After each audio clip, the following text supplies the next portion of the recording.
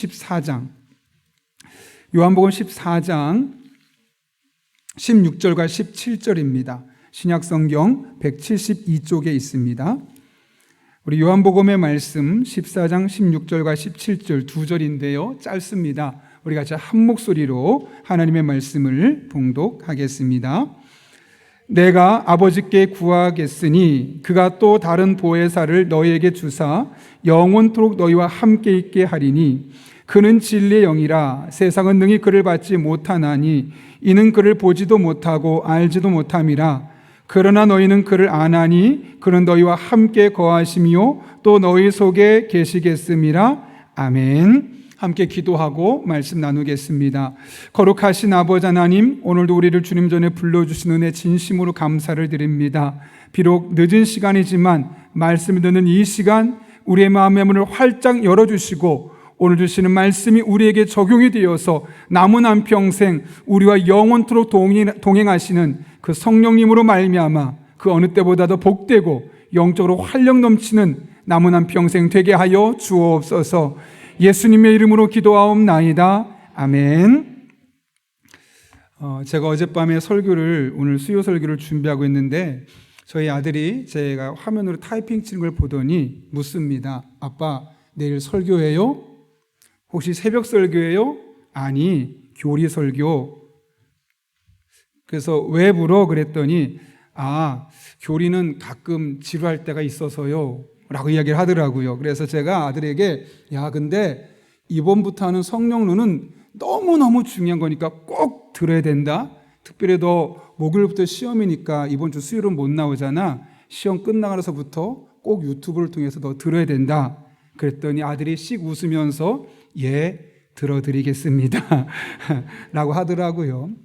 물론 장난 반 진심 반 섞인 표현이겠지만 저는 적어도 그 순간 저희 아들에게 말했던 메시지만큼은 진심이었습니다. 만약 제가 병이 들거나 또 은퇴를 하거나 다른 기타 사유로 인해서 마지막으로 딱 한 편만 설교할 수 있다면 도대체 목사님은 어떤 주제를 가지고 설교하겠습니까? 라고 묻는다면 굳이 고민할 필요가 없습니다. 어쩌면 저에게 고별 설교가 될 수 있고 유언적인 설교가 될 수 있겠지만 저는 가장 중요한 것, 단호하게 성령에 대해서 설교할 것이라고 말할 겁니다. 왜냐하면 사실 교회 현장을 보게 되면 하나님에 대해서, 예수님에 대해서 또 다른 여러 가지 신앙적인 원리들에 대해서 얼마나 많이 자주 설교하는지 모릅니다. 그러나 성령에 대해서는 늘 성령 충만해달라고 말하면서도 불구하고 실제로 성령에 대해서 설교를 하는 경우는 거의 듣지 못했음을 아마 여러분도 여태까지 살아오시면서 많이 경험해 보셨을 겁니다.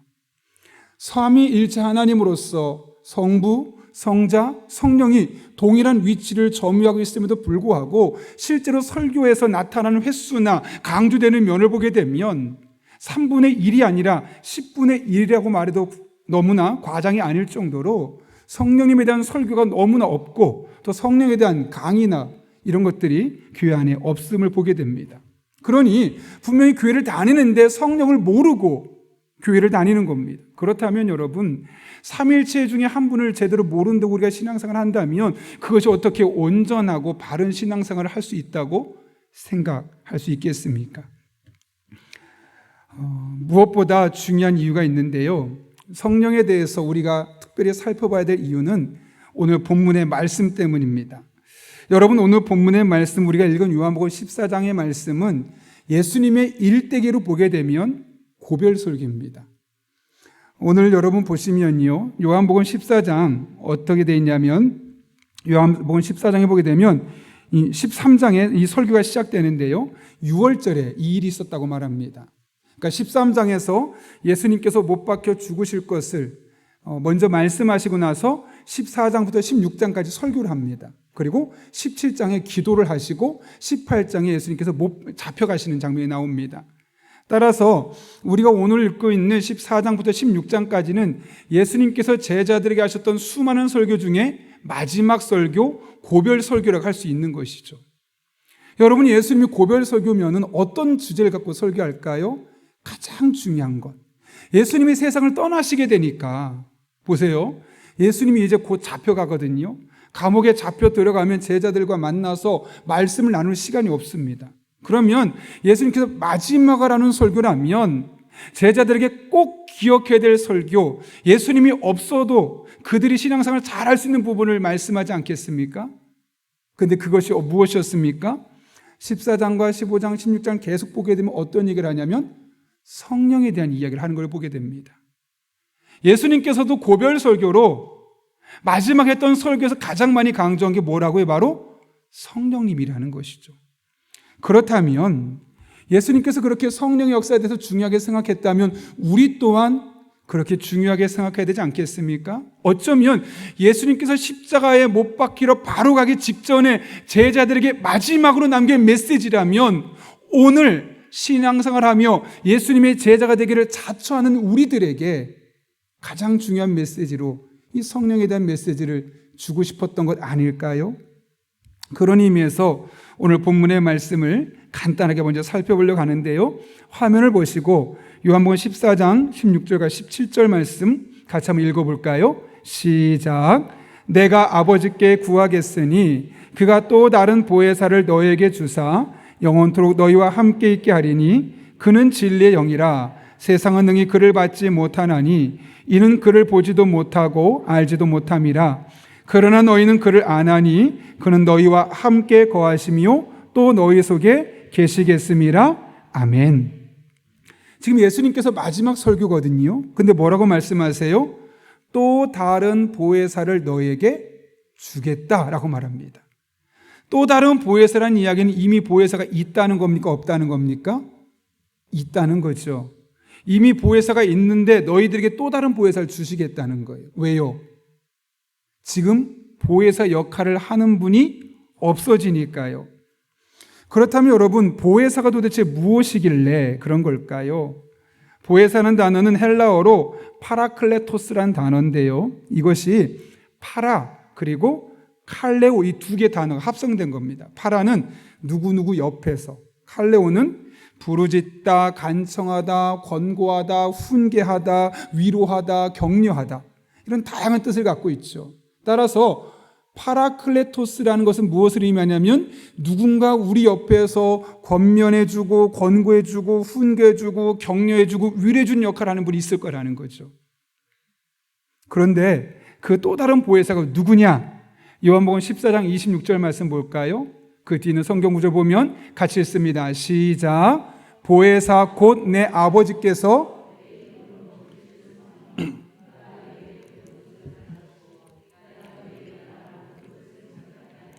아멘. 여기 보혜사의 정체가 무엇입니까? 성령님이라는 거죠. 그렇죠? 그렇죠? 네. 그러니까 예수님께서 죽으실 때가 되었고 이 세상을 떠나시게 되잖아요. 그래서 그분이 떠나시면서 내가 또 다른 보혜사를 보내줄게 라고 했단 말은 뭐냐면 예수님께서 이미 이 세상에서 제자들에게 보혜사 역할을 하셨다는 것이고 그분이 떠나면서 또 다른 보혜사를 보내주시겠다는 거고 그분이 바로 성령님이라는 것을 우리는 분명하게 알 수 있는 것이죠. 그런 의미에서 우리가 이 성령님께서 우리 인생의 보혜사가 되신다. 또 다른 말로 하면 예수님께서 그동안 제자들과 3년 동안 동고동락하면서 하셨던 일들, 그 일을 그분이 떠나시고 하나님 보좌 우편에 계시니까 그 일을 누가 대신하신다고요? 성령께서 지금 이 땅에 오셔서 우리들의 곁에서 예수님께서 제자들과 3년 동안 함께 하셨던 것처럼 우리와 동행하면서 우리들의 삶 가운데 권고하시고 훈계하시고 격려하시고 위로해 주시는 이런 놀라운 일, 그래서 때로는 대언해 주시고 변호사 역할을 감당해 주신 역할을 하게 될 것이다 라고 말씀하고 있는 것이죠. 그러니 여러분, 성령님이 중요합니까? 중요하지 않습니까? 너무너무 중요한 거죠. 예수님께서 이 세상을 떠나시면서 자기 대신 보내신 분이 누구세요? 성령님이라는 거예요. 그러니까 우리가 이 성령님의 역사를 사모해야 하는 것이고 이 성령의 충만함이 얼마나 중요한지를 알아야 되는 거죠.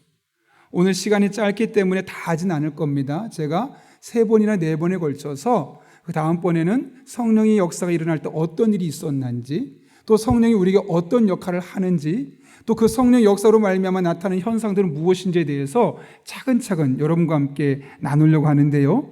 오늘 본문의 말씀이 우리에게 말씀하는 가장 중요한 부분은 예수님께서 이 세상을 떠나시면서 대신 보내주신 분이 바로 보혜사 성령님이시라는 것.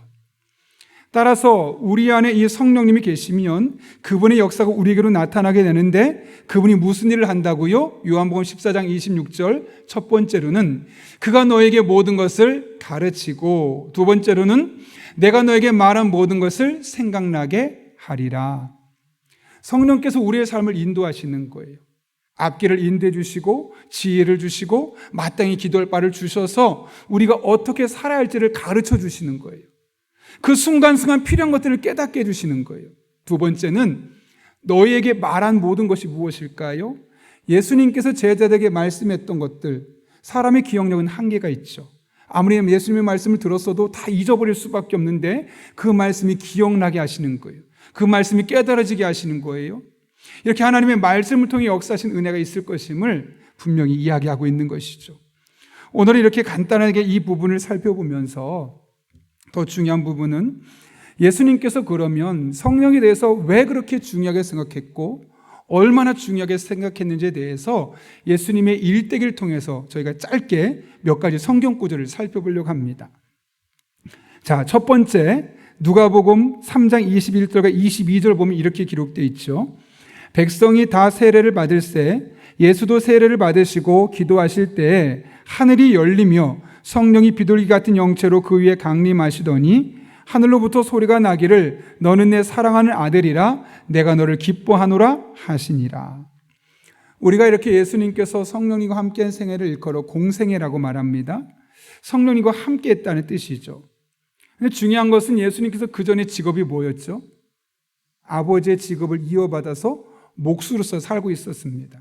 그런데 그분에게 성령의 능력이 부어지는 순간, 이 성령의 은혜가 부어지는 순간 그 목수 일을 그만두고 이제 본격적으로 3년 동안 제자를 삼으면서 제자들과 함께 복음을 전하고 하나님의 능력을 전하면서 병든 사람을 고치고 귀신 들린 사람에게 있는 귀신을 쫓아내는, 또 하늘나라의 복음을 전하는 이런 놀라운 일들을 행하게 되어졌다는 것이죠. 그리고 그 일들이 기록되어 있는 것이 바로 마태복음이고 마가복음이고 누가복음과 요한복음에 그 예수님이 3년 동안 하신 일들이 아주 자세하게 설명되어 있는 겁니다. 여러분, 예수님이 그 전에 직업이 뭐였다고요? 목수였습니다. 그 목수였는데 성령이 임하는 순간 그분이 달라지는 겁니다. 너무나 놀랍게 달라지는 거죠. 그러면서 그때부터 공생애가 시작되었다면 우리 인생도 마찬가지 아닐까요? 우리가 성령 충만하고 그 성령의 능력이 우리 안에 늘 거하게 된다면 우리가 어떤 직업을 갖고 있든 어떤 위치에 있든 그 자리가 중요한 것이 아닙니다. 그 성령의 능력으로 말미암아, 성령의 지혜와 성령의 인도하심으로 말미암아 우린 지금까지 살아온 것들과 전혀 다른 삶을 살아갈 수밖에 없다는 것이죠. 왜요? 예수님에게 성령이 임하는 순간 그분의 삶이 달라졌으니까요. 계속해서 두 번째를 보면 더 자세히 알 수 있는데요. 사도행전 10장 38절 보게 되면 예수님이 평상시에 3년 동안 하셨던 일들을 누가가 이렇게 요약하고 있죠. 같이 한번 읽어보겠습니다. 시작. 하나님이 나사렛 예수에게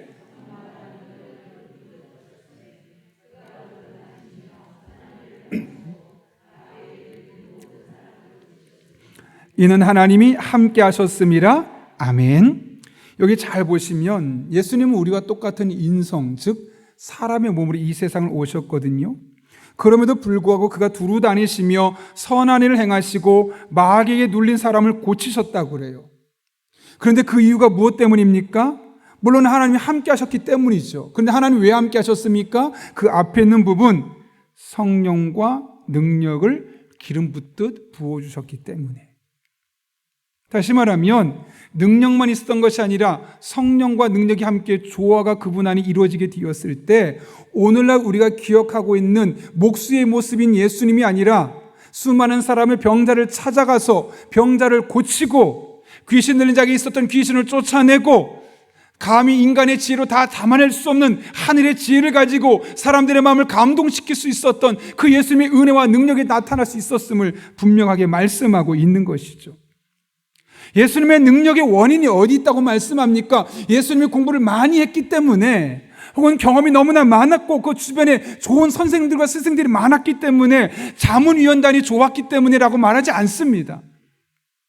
뭐라고 말합니까? 하나님께서 성령과 능력을 함께 기름부터 부어주셨을 때 우리가 똑같은 인간이고 목수였는데 그분의 삶이 180도 달라졌다는 사실을 성경은 우리에게 말씀하고 있죠. 여러분이 예수님에게 이런 일이 가능했다면 우리에게도 가능할까요? 가능하지 않을까요? 가능할까요? 자신 있게 말씀해 보십시오. 여러분, 예수님께서 성령에 대해서 지금 우리가 읽었던 말씀 이야기했잖아요. 그런데 바로 앞에 요한복음 14장 12절부터 14절까지에서 뭐라고 말씀하는지 아세요? 오늘 우리가 읽은 게 16절부터 17절까지잖아요. 바로 앞에 이런 말씀하셨어요. 내가 진실로 진실로 너에게 이르노니 나를 믿는 자는 내가 하는 일을 그도 할 것이요 또한 그보다 큰 일도 하리니 이는 내가 아버지께로 감이라. 예수님이 하나님 아버지께 가시는 거예요. 죽으시고 하늘로 올라가시는 거예요. 그 결과 우리가 무슨 일을 할 수 있다고요? 예수님이 하셨던 일도 똑같이 할 수 있고 그분이 한 일보다 더 큰 일도 할 수 있대요. 그런데 그것이 어떻게 가능하다고요? 13절 너희가 내 이름으로 무엇을 구하든지 내가 행하리니. 우리가 예수님 앞에, 하나님 앞에 예수의 이름으로 기도할 때마다 그 기도를 들으시고 예수님이 하셨던 일들을 감당하실 뿐만 아니라 그보다 더 큰 일도 감당할 수 있는 능력을 우리에게 주신다는 것이죠. 왜요? 예수님은 가시지만 누구를 보내주세요? 또 다른 보혜신 성령을 우리에게 보내주시니까요. 그래서 우리가 성령 충만하면 그 성령의 능력으로 예수님이 하신 일들 감당할 수 있다는 거죠. 여러분, 이 사실을 믿으십니까? 여러분, 제가 여러분에게 없는 말 하는 게 아니죠. 오늘 성경에 있는 말씀 그대로 전하고 있는 것이죠.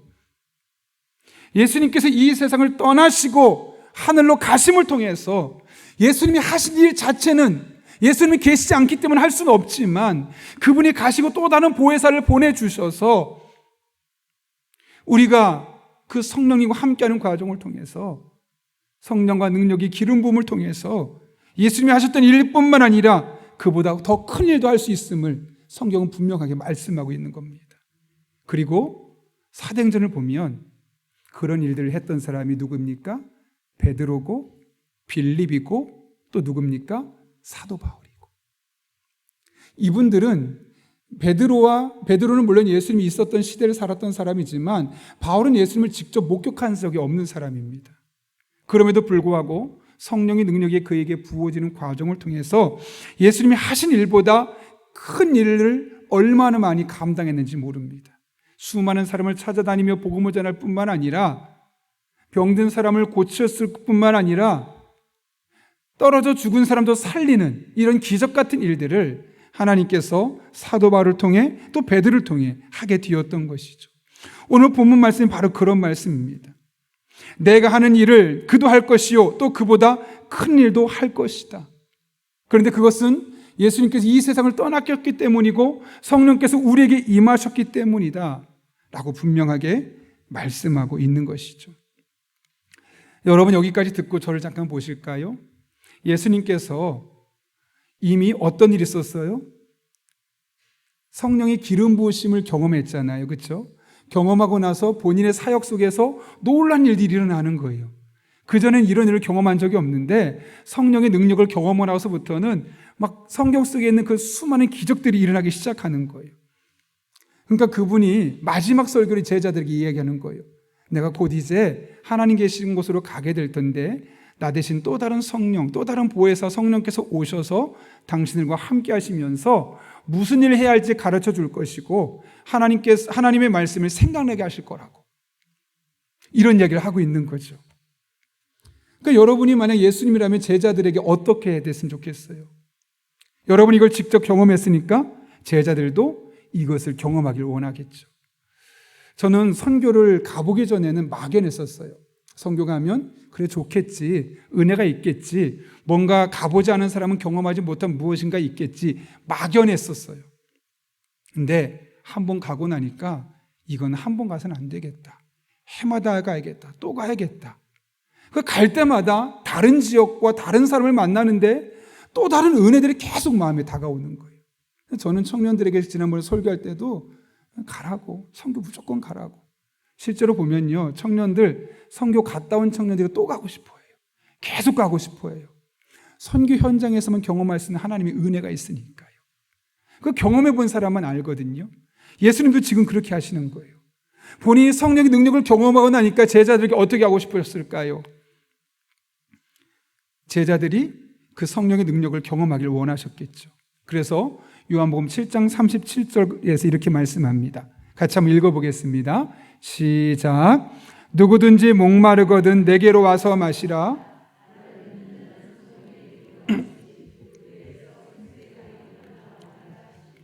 이는 그를 믿는 자들이 받을 성령을 가리켜 말씀하신 것이라. 예수께서 아직 영광을 받지 않으셨으므로 성령이 아직 그들에게 계시지 아니하시더라. 아멘. 그러니까 성령님은요, 제자들에게 구체적으로 임한 것은 사도행전에서 임했거든요. 그러니까 지금은 성령이 아직 그들에게 계시지 않았으니까 예수님 뭐라고 말씀하시냐면 본인의 성령의 은혜와 능력을 경험하고 나니까 제자들에게 말하는 거예요. 누구든지 목마르다면 나한테 와서 마셔라. 그럼 그 배에서 생수의 강이 흘러나리라. 비유적인 거죠. 생수의 강이 흘러라는 말은 다른 말로 하면 너희들에게 성령이 임해서 성령의 능력이 넘쳐나게 될 것이다. 이렇게 이야기하고 있는 거죠. 예수님이 경험해보고 나니까 제자들에게 이 얘기를 안 할 수가 없는 거예요. 너무 좋으니까요. 내 인생이 180 달라지니까요. 제가 여러분에게 늘 성령 충만을 이야기하고 사실 제가 부임하고 첫 해 성령에 대한 설교를 한번 했거든요. 한 6년 만에 지금 하고 있는데요. 또다시 하는 이유가 무엇 때문이냐면 이 성령 안에서만 누릴 수 있는 영적인 자유와 기쁨과 능력이 얼마나 큰지를 아니까요. 저만 누리긴 너무 아까우니까요. 그래서 다시 한번 이 시점에 여러분과 함께 이 성령의 은혜를 나누고 싶다라는 생각을 하게 되었던 것이죠. 지금 예수님도 그런 겁니다. 아직 제자들에게 성령이 임하지 않았잖아요. 그러니까 너희도 내게로 오면 이런 성령의 은혜가 임하게 될 것이다 라고 말씀하는 거죠. 그러면서 마지막에 고별 설교로 오늘 우리가 읽었던 4번과 5번 또 다른 보혜사를 주신다는 것, 그 다음에 보혜사가 왜 필요한지에 대해서 말씀하고 있는 것이죠. 여기보다 더 중요한 마지막 오늘 하려고 합니다. 6번인데요. 누가복음 24장 49절 말씀 같이 한번 읽었으면 좋겠습니다. 같이 읽습니다. 시작. 볼지어다 내가 내 아버지께서 약속하신 것을 너에게 보내리니 너희는 위로부터 능력으로 입혀질 때까지 이 성에 머물라 하시니라. 아멘. 여러분 지금 누가복음 24장이면 어떤 사건이 있었던 때일까요? 예수님께서 죽으시고 나서 3일 후에 부활하신 사건을 이미 제자들이 다 본 거예요. 눈으로 봐서 제자들이 어떤 마음이 들었냐면 우리가 본 예수님을 빨리 나가서 전해야겠다. 여러분도 만약에 예수님이 부활하신 걸 직접 봤다고 생각해 보세요. 빨리 나가서 누군가에게 말해주고 싶잖아요. 그러면 너무 그렇다고 생각하면 여러분이 용인 시장에 갔는데 여러분이 너무너무 좋아하는 연예인이 딱 와 있는 거예요. 그 보고 나면 어떻게 해요? 누군가에 전화하겠죠. 야, 나 누구 봤거든. 빨리 와서 한번 봐. 그렇게 하지 않겠어요? 하물며 제자들이 예수님이 죽으셨는데 3일 만에 부활하신 것을 직접 눈으로 봤다니까요. 나가서 얼마나 그 이야기를 하고 싶었겠어요. 근데 예수님 뭐라고 말씀하시냐면 아니라는 거예요. 뭐라고요? 이 성에 머물러라. 아직 나가면 안 된다는 거죠. 근데 그 이유를 무엇이라고 말합니까? 너희는 위로부터 능력으로 입혀질 때까지 이 성에 머물어라. 그러니까 이 능력이 없으면 너희가 아무리 예수님 부활하신 것을 보았어도 그 의미가 없어 라고 말씀하는 거죠. 그러면 도대체 이 위로부터 입혀지는 능력은 도대체 무엇일까? 사실 누가복음엔 그것이 무엇인지 나오지가 않아요. 그렇지만 누가복음과 함께 이어지는 성경이 뭐죠? 누가가 쓴 사도행전. 사도행전 1장에 보게 되면 누가복음 24장 말씀이 곧바로 이어서 나와요. 여러분 한번 교재 보시면 아까 제가 이야기했죠. 누가복음 24장 49절에서 너희는 위로부터 능력으로 입혀질 때까지 이 성에 머물라라고 하셨어요. 그리고 나서 사도행전 1장 4절에 가면 예루살렘을 떠나지 말고 아버지께서 약속하신 것을 기다리라. 이게 언제 약속하셨어요? 누가복음 24장 49절에서 약속하셨잖아요. 그렇죠? 그렇죠? 자, 그럼 그 약속하신 것이 무엇이에요? 5절 바로 뒷절에 너희는 몇 날이 못 되어 성령으로 세례를 받으리라. 그러면 누가복음 24장 49절에서 위로부터 능력으로 입혀지는 것은 도대체 무엇을 말씀했다는 거예요? 성령을 말씀했다는 거죠. 그러면서 8절에서 말합니다. 같이 한번 읽겠습니다. 오직 성령이 너에게 임하시면 너희가 권능을 받고 예루살렘과 온 유대와 사마리아와 땅끝까지 이르러 내 증인이 되리라 하시니라. 아멘. 여기 보세요. 성령이 임해야 될 이유가 왜 있어요? 성령이 임하면 뭐가 임해요? 권능을 받는다는 거예요. 권능, 디나미스라는 헬라어 단어가 쓰였죠. 이 단어는 능력이라는 뜻을 갖고 있고 또 다른 의미에서는 가능성이라는 의미를 갖고 있고요. 또 다른 의미에서는 신체적이고 지적인 또 영적인 능력을 의미하는 단어예요. 다른 말로 하면 성령 충만하면 똑같은 사람인데 지적인 능력과 영적인 능력이 달라진다는 거예요. 왜요? 성령이 임하시면 무엇을 받으니까요? 권능을 받으니까요. 권능을 내게 주시니까요. 내가 달라지는 거예요. 겉모습은 똑같은데 속 사람이 달라지는 거예요. 영적으로 달라지고 지적으로 달라진다는 거예요.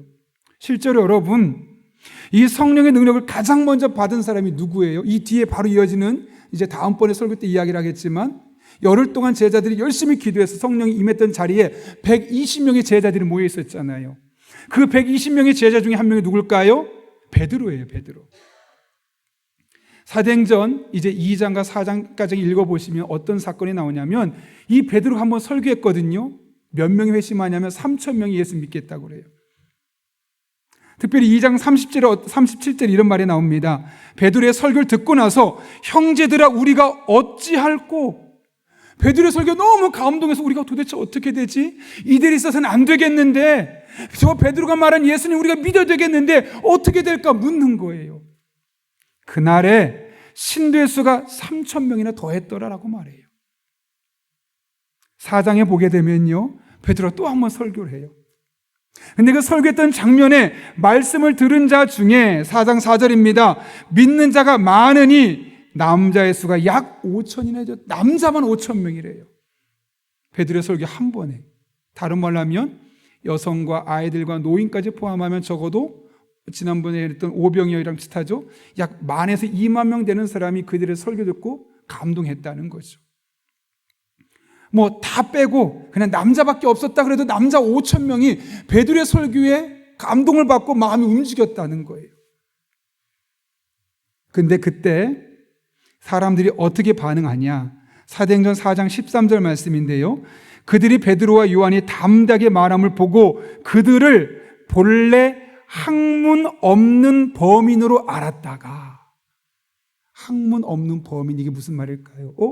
베드로 저 사람 평생 물고기만 잡은, 죄송합니다, 무식한 사람인데 어떻게 저렇게 기막힌 말을 하지? 내가 지금까지 저 사람이랑 말을 섞어봤지만 저렇게 말을 한 적이 한 번도 들어본 적이 없는데, 여기 범인은 평범한 사람이었거든요. 그러니까 지금까지 베드로와 같은 동네에 살았었잖아요. 그러면 얼마나 말을 많이 섞어봤겠어요. 그러면 베드로가 쓰는 표현이나 성경에 내가 알고 있었던 지식이나 딱 들어보면 알잖아요. 베드로 수준 요 정도.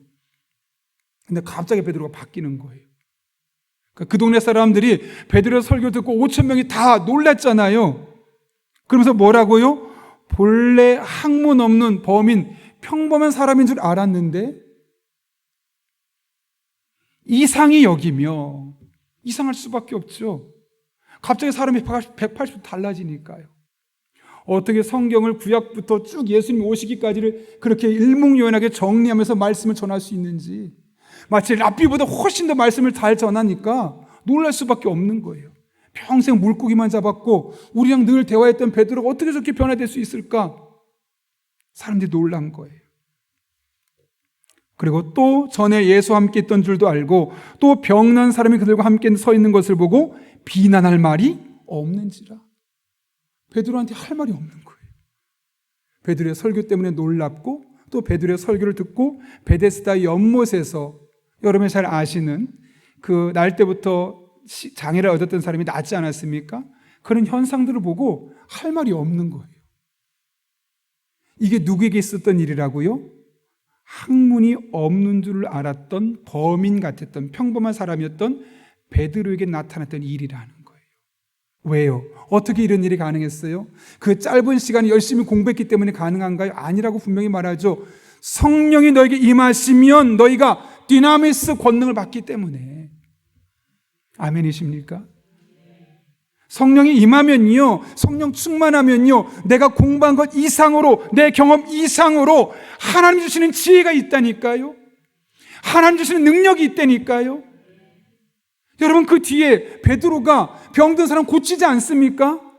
죽은 사람 살리지 않습니까? 사도 바울이 그런 역할을 하지 않습니까? 아니, 사도행전 전체가 그 성령 받은 사람들이, 성령 충만해서 권능을 받은 사람들이 어떻게 놀라운 일들을 행해 나가는지를 우리가 보여주고 있지 않습니까? 그렇다면 우리도 다르지 않다는 거예요. 여러분은 부족할 수 있어요. 여러분의 능력은 다른 사람보다 한참 뒤처질 수 있어요. 그러나 성령이 여러분에게 임하여서 여러분이 권능을 받게 되어지면, 성령 충만한 가운데 이런 하나님의 은혜와 능력이 여러분에게 부어지게 되면 여러분은 베드로처럼 쓰임받을 수 있습니다. 여러분의 인생은 180도 달라집니다. 여러분의 지적인 능력이 달라질 것이고요, 여러분의 영적인 능력이 달라지게 될 것입니다.